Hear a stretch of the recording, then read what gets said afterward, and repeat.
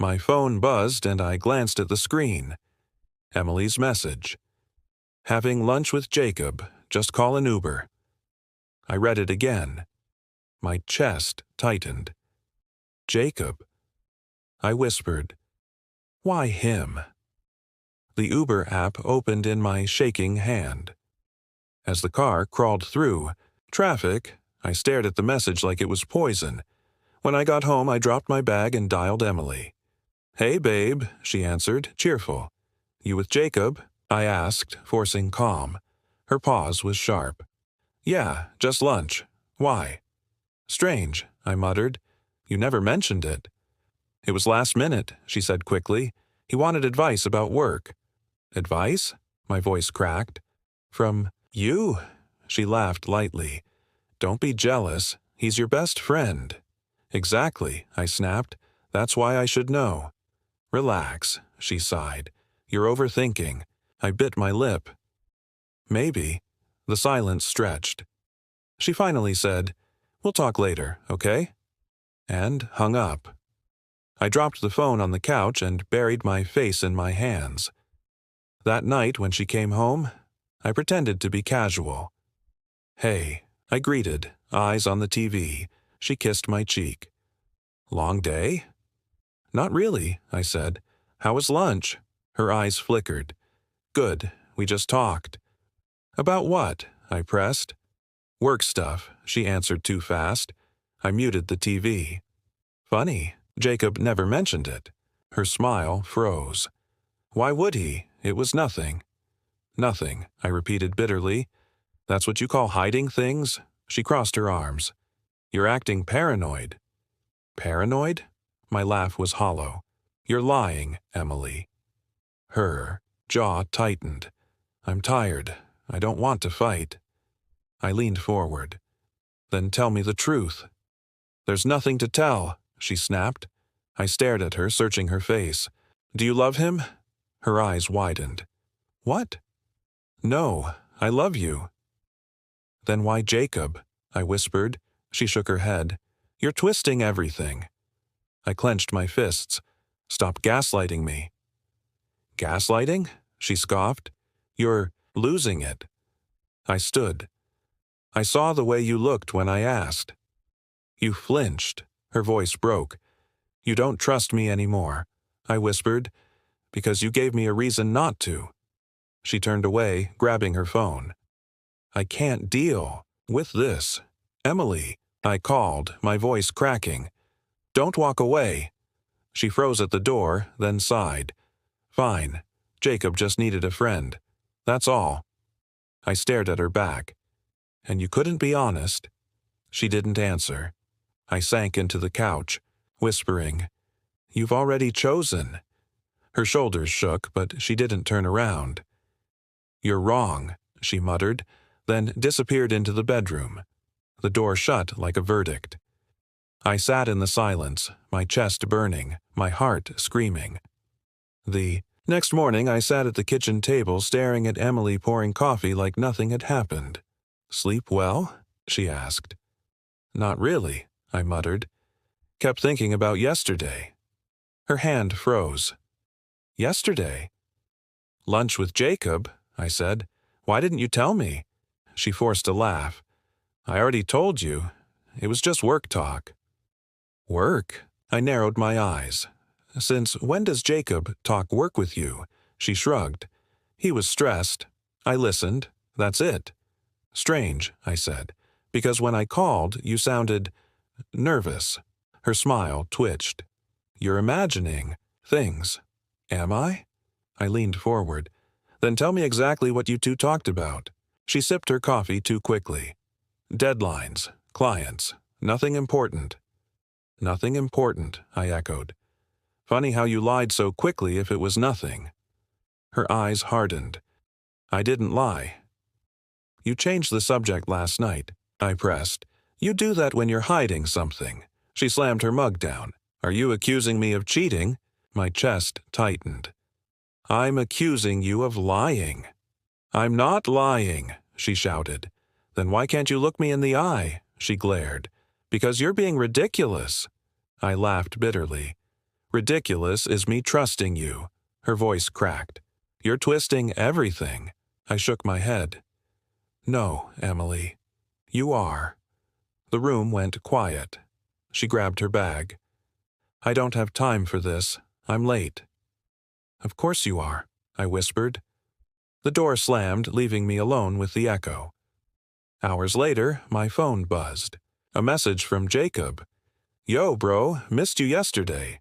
Catch up soon?" I stared at it until my hand shook. Bro.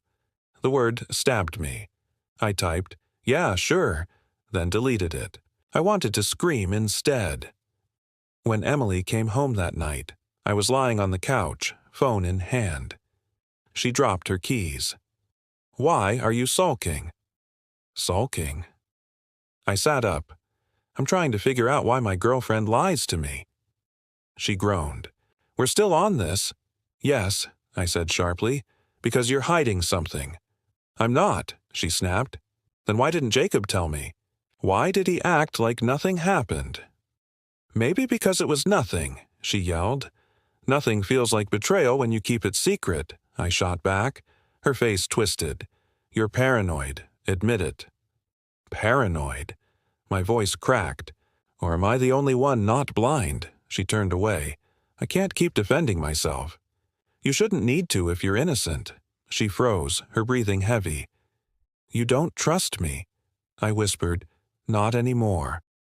Her eyes glistened, but she said nothing. She just walked to the bedroom and shut the door.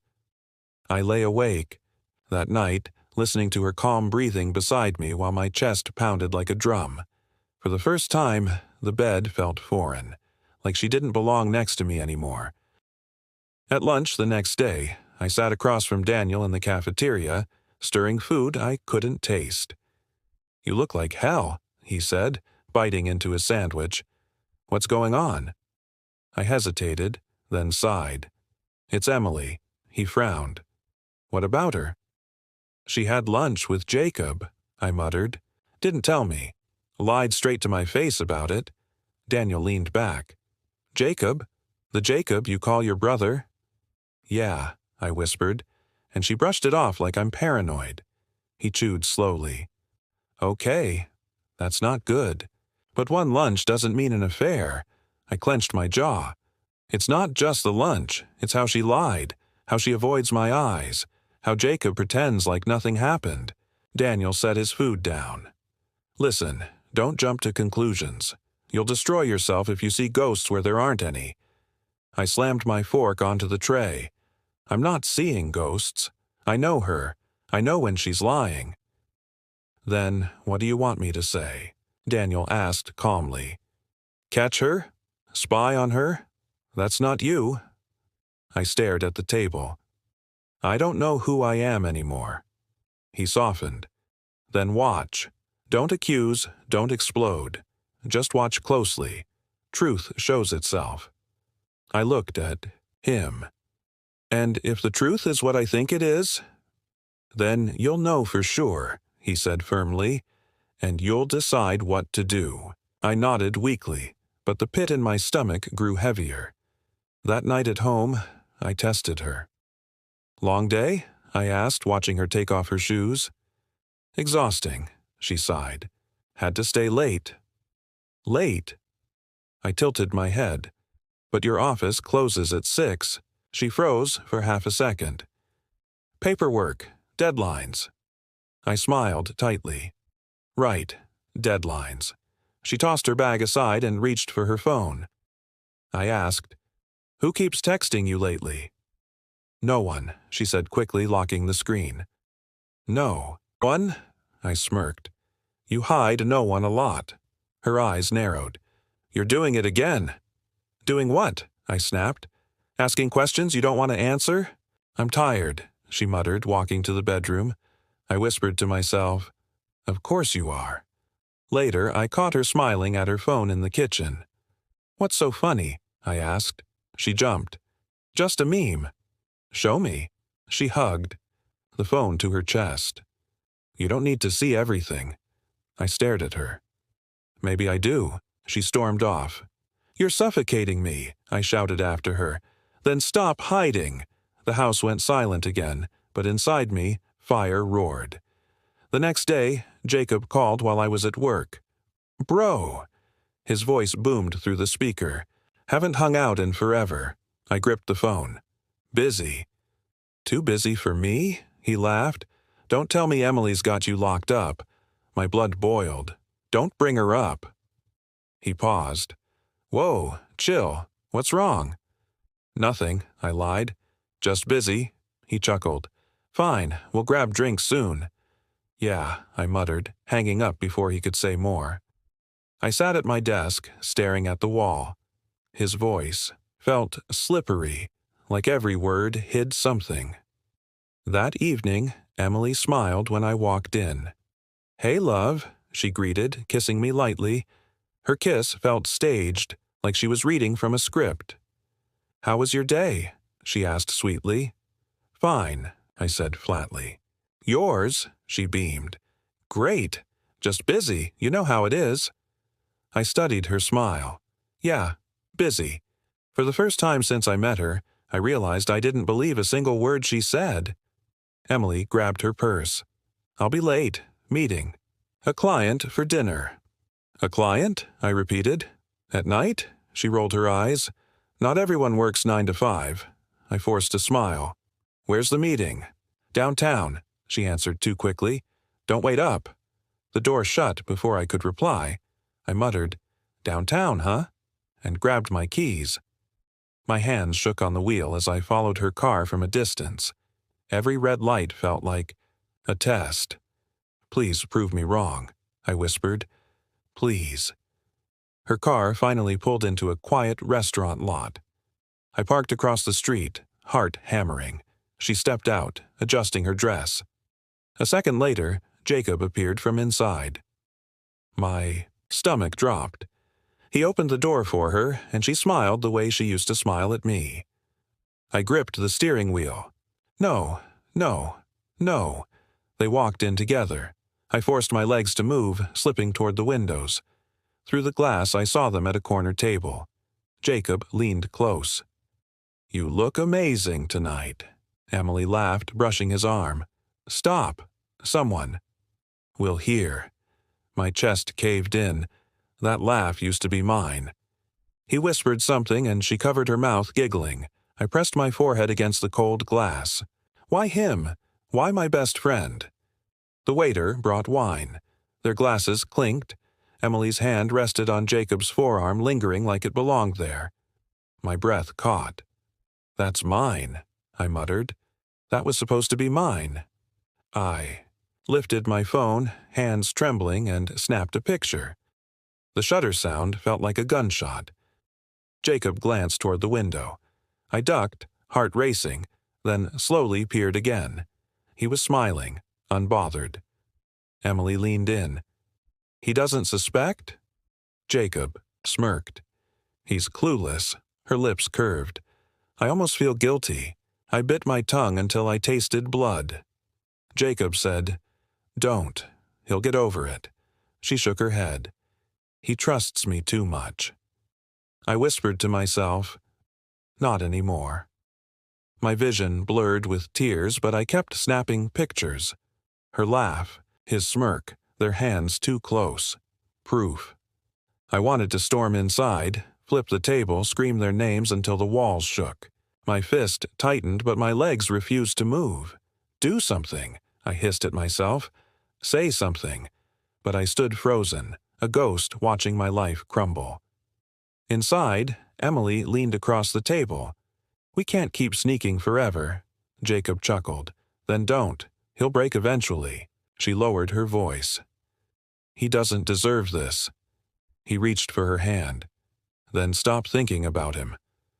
My throat burned. "Stop thinking about me?" The glass fogged with my breath. I wiped it away furiously, snapping one last picture. Her fingers tangled with his. I stumbled back toward my car. My knees shook so badly I almost fell. In the driver's seat, I gripped the wheel until my knuckles went white. The tears came fast, hot, blinding. "Why, Emily?" I choked. "Why, Jacob?" I slammed my fist against the dashboard. You were my family. The phone screen lit with the photos I had just taken. Each image stabbed me, reminding me I wasn't crazy. I whispered, "This is real. This is happening." The restaurant lights blurred behind my tears as I pulled away. The road home felt endless, headlights stretching into eternity. I muttered over and over, "She lied. He lied. They both lied." My chest ached so hard I thought it might split. By the time I reached home, my shirt was soaked, my eyes raw. I stared at the door handle, whispering, "How do I even walk inside?" But I knew one thing. The man who had left this house earlier, the man who trusted, who believed, was gone. The one returning carried proof, and proof was heavier than hope. Emily walked through the door, setting her bag down like any other night. "Hey," she said softly. "Why are you sitting in the dark?" I held my phone in my trembling hand. "Sit down." She frowned. "What's wrong?" "Sit," I repeated, my voice cracking. She hesitated, then slowly lowered herself onto the couch. I turned the screen toward her. The picture glowed, her hand on Jacob's arm, her smile lit with a happiness I hadn't seen in months. Her eyes widened, then narrowed. "You were spying on me?" "You lied to me," I snapped. "You said client. That's Jacob, my best friend." She forced a laugh. "It's just dinner. You're overreacting." "Overreacting?" My voice broke. "You called me paranoid. Gaslighted me. And this is nothing?" She crossed her arms. "Yes. You're twisting it into something it's not." "Not?" I slammed the phone onto the table. "I watched you laugh. I heard you. You said I'd never suspect. You said you almost felt guilty." Her face went pale. "You hurt us?" "Every word," I growled. "Do you know what that did to me?" She stood abruptly. "You shouldn't have been there. That's crazy." "Crazy?" I shouted. "Crazy is sleeping beside me while sneaking off with him." Her voice sharpened. "You're controlling. Jealous. No wonder Jacob listens to me. You never do." My chest heaved. "Don't you dare put this on me," she shot back. "You smother me. You always need reassurance. Jacob lets me breathe." I staggered like she'd slapped me. "Breathe? With him?" She looked away. "You wouldn't understand." "Understand?" I screamed, slamming my fist on the table. "He was my brother, my blood without blood. And you—" My voice broke. "You were supposed to be my home." She winced. "Stop making it sound bigger than it is." "Bigger?" I whispered. "You destroyed me." She rubbed her temples. "Fine. Yes. I've been seeing him. Happy now?" The words sliced me in half. My knees buckled and I fell onto the couch. I whispered, "How long?" She hesitated. "Months." I buried my face in my hands. "Months. While I trusted you both." She bit her lip. "It just happened." "No," I said hoarsely. "It doesn't just happen. You chose him. Every day, every lie, every kiss meant for me." Her voice cracked. "I didn't want to hurt you." "Then why didn't you stop?" I demanded. She shook her head. "Because with him, I felt enough." I lifted my eyes, bloodshot. "And with me?" She whispered, "You weren't enough." The words knocked the air out of me. I pressed my chest, gasping. "Not enough?" Tears stung my eyes, but rage steadied my voice. "I gave you everything, and you gave me nothing but lies." She picked up her bag, her hands shaking. "I can't do this anymore." "Don't you dare walk away," I cried. "Not after this." "I'm sorry," she said, though her voice was cold. "But it's over." "Say his name," I demanded, tears falling. She froze. "Say it," I screamed. "Say Jacob." Her lips trembled. "Jacob." The sound shattered me. I collapsed onto the floor, clutching my stomach as if I'd been stabbed. She turned toward the door. "Goodbye." I reached out weakly. "Emily, please." She didn't look back. The door clicked shut. Silence swallowed the room. I curled against the couch, sobbing. Not enough. Not enough. The phone buzzed on the table. A new message from Jacob lit the screen. "Bro, let's catch up soon."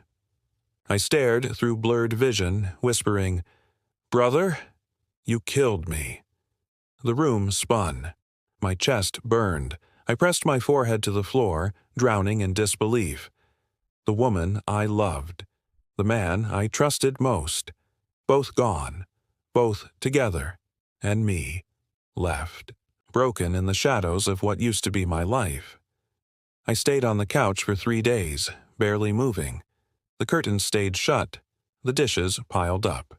My phone buzzed endlessly, but I couldn't face anyone. On the 4th morning, a knock rattled the door. "Open up," Daniel's voice called. I groaned. "Go away."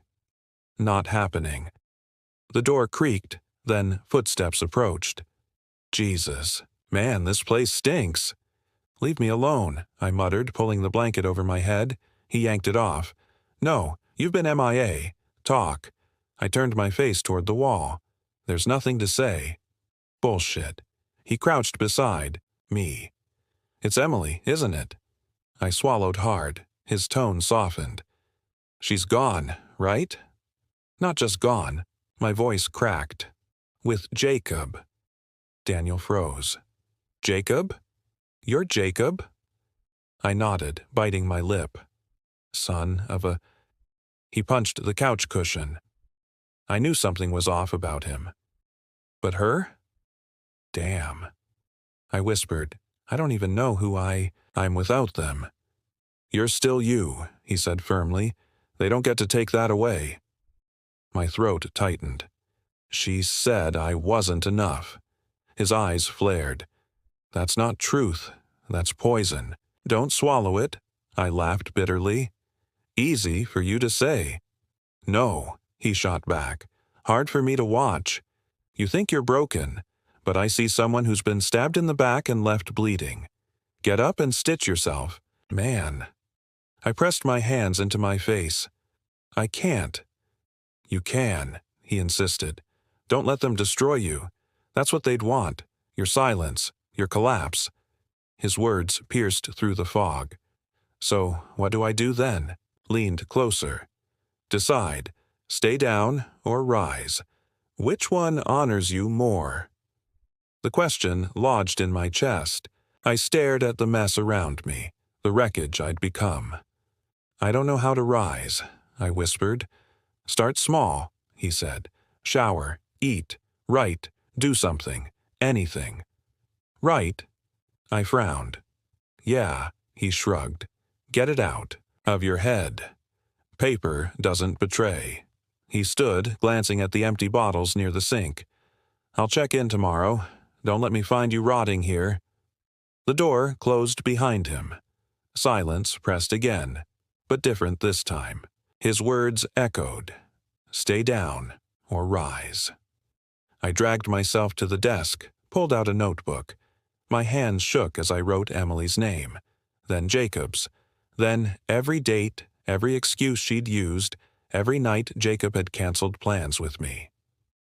Pages, filled fast.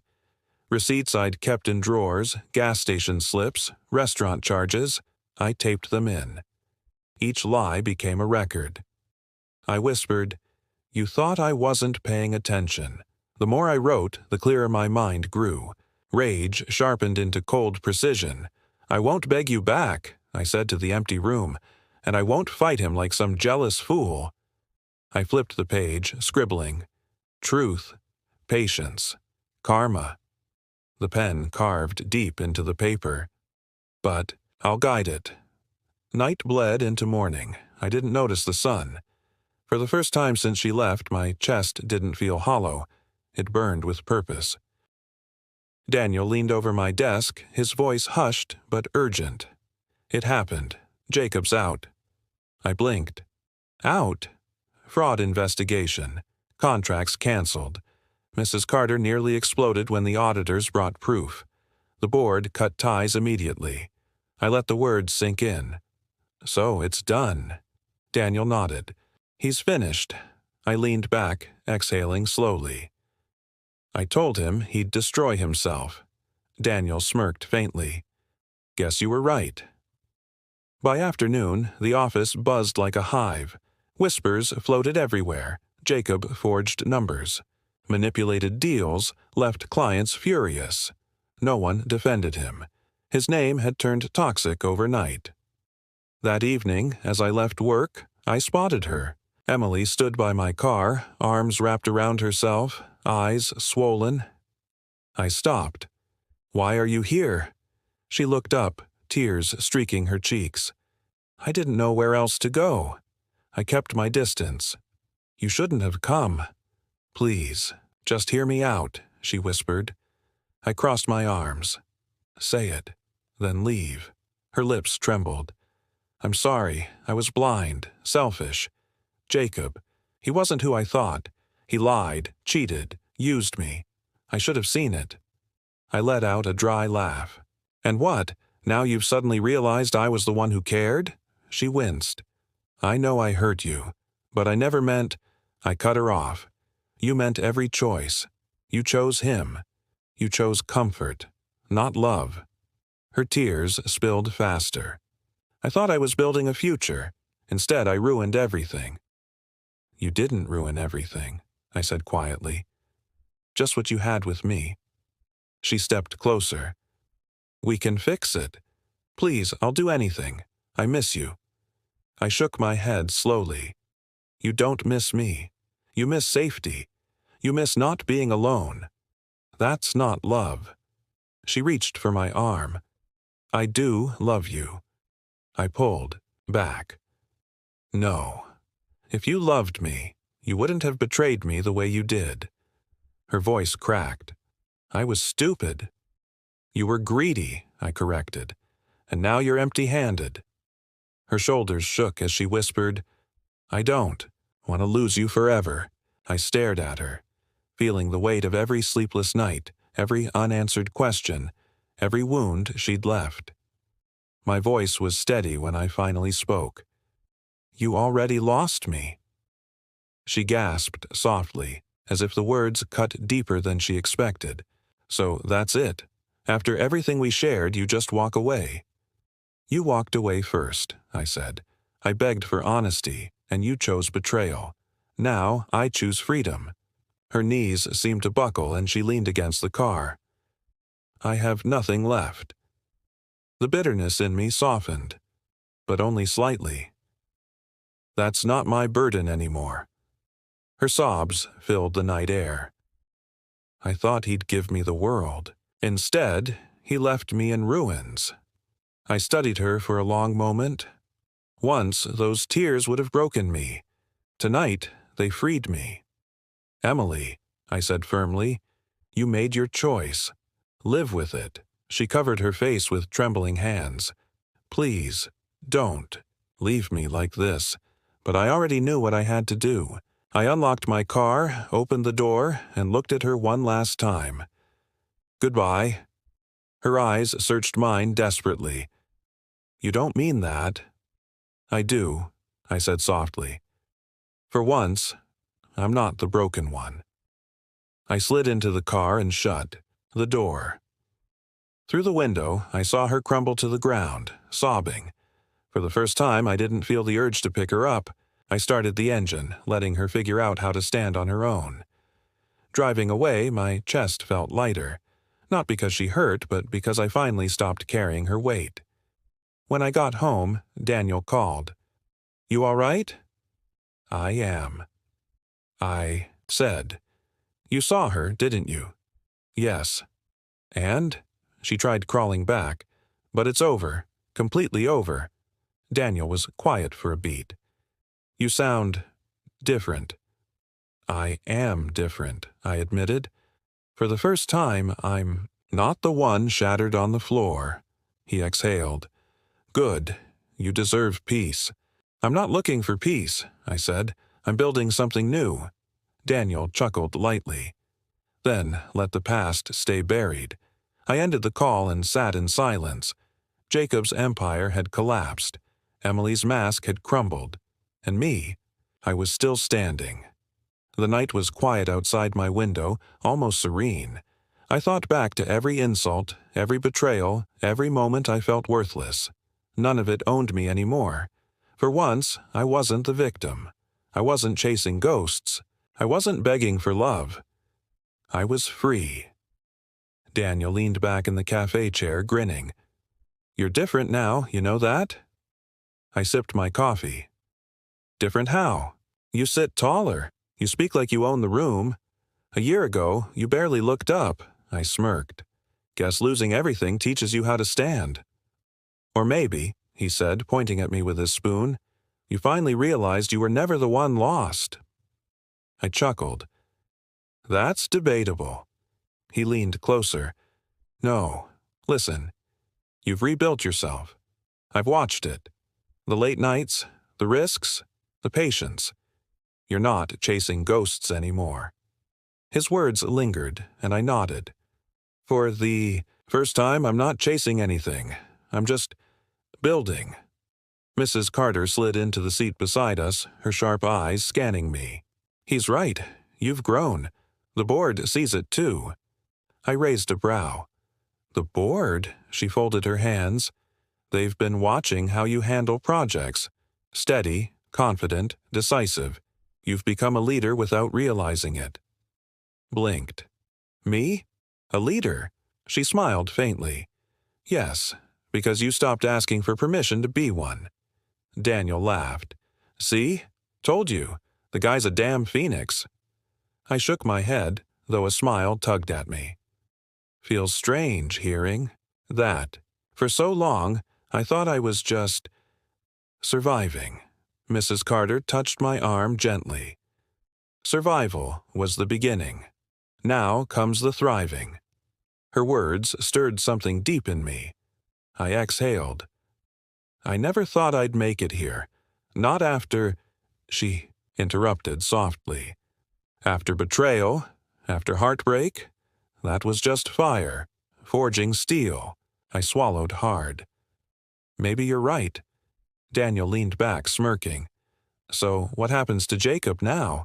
Last I heard, he's vanished. I shrugged. Obscurity suits him. He burned too many bridges. Let him fade. And Emily? Daniel asked carefully.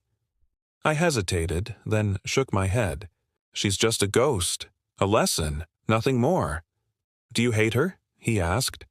No, I admitted. Not anymore. Hate kept me chained. I let go. Daniel's smile softened. Good. That's how you win. Mrs. Carter tilted her head. Do you see it now? The betrayal wasn't your ending. It was your beginning. I looked down at my hands, steady now. No tremor of doubt. It doesn't feel like an ending anymore. It feels necessary. Daniel tapped the table. Exactly. Without it, you wouldn't be here. You wouldn't be you. I let the thought sit before speaking. For a long time, I hated myself for not being enough. Now I know I was always enough. They just couldn't see it. Mrs. Carter's eyes shone. And do you see it? I met her gaze, steady. Yes, finally. Silence settled between us for a moment, warm and full. Daniel broke it with a grin. So, what's next? Conquer the world? I laughed. Not conquer, build. Quietly, steadily. For me, not for revenge. Spoken like a man at peace, Mrs. Carter said. Peace feels strange, I admitted. But I think I can get used. To it. Daniel raised his mug. To peace, then. And to your new beginning. I clinked my cup against his. To beginnings. Later that night, standing in front of the mirror, I studied my reflection. For months, I'd dreaded this glass. Tonight, I saw someone new. Someone I respected. I whispered to myself, You survived. And then, with more strength, you grew. The old scars didn't sting anymore. They glowed like reminders of battles I'd already won. I thought of Emily's tears, Jacob's rage, my own nights of despair. None of it owned me now. They were part of my story, but not the ending. I straightened my shoulders, meeting my own gaze. My story isn't about losing them, I said softly. It's about finding me. For the first time in a long time, the reflection looking back smiled, without bitterness, without pain, just freedom. I walked into the office earlier than usual, forcing my steps to stay steady. If anyone looked too closely, they might see the cracks beneath my mask, but I couldn't afford that. Daniel caught me by the coffee machine. "You're here before sunrise. You sleep at all?" "Sleep's overrated," I muttered, pouring a cup. He narrowed his eyes. "Or you're distracting yourself." "Maybe both," I admitted. He leaned closer. "Just don't burn out trying to prove something." "I'm not proving," I said firmly. "I'm building." Before he could respond, Mrs. Carter's voice cut across the floor. "In my office, now." Daniel gave me a look. "Good luck." Inside, Mrs. Carter shut the door. Her sharp eyes scanned me. "You've been putting in hours I didn't assign. Why?" I hesitated, then answered, "Because I want more than the bare minimum." She crossed her arms. "Most people want more. Few deliver. You've been cleaning up messes Jacob left behind without complaint." That caught my attention. Hearing his name stung, but I kept my tone even. "I don't mind fixing things. I like making them better." Her lips twitched into something like approval. "You remind me of myself years ago. Hungry. I can use that. A new client's account is risky. You handle it, you rise. Fail, you fall." "I won't fail," I said. Quickly, she smirked. "We'll see." When I left her office, Daniel was waiting. "Well, she's testing me," I said, "and you're smiling. That's terrifying." I chuckled under my breath. It means I have something to focus on. That afternoon, I buried myself in the project. Numbers, strategies, late nights, it all blurred together, but it kept me alive. 2 days later, I overheard whispers in the break room. "Did you hear about Jacob?"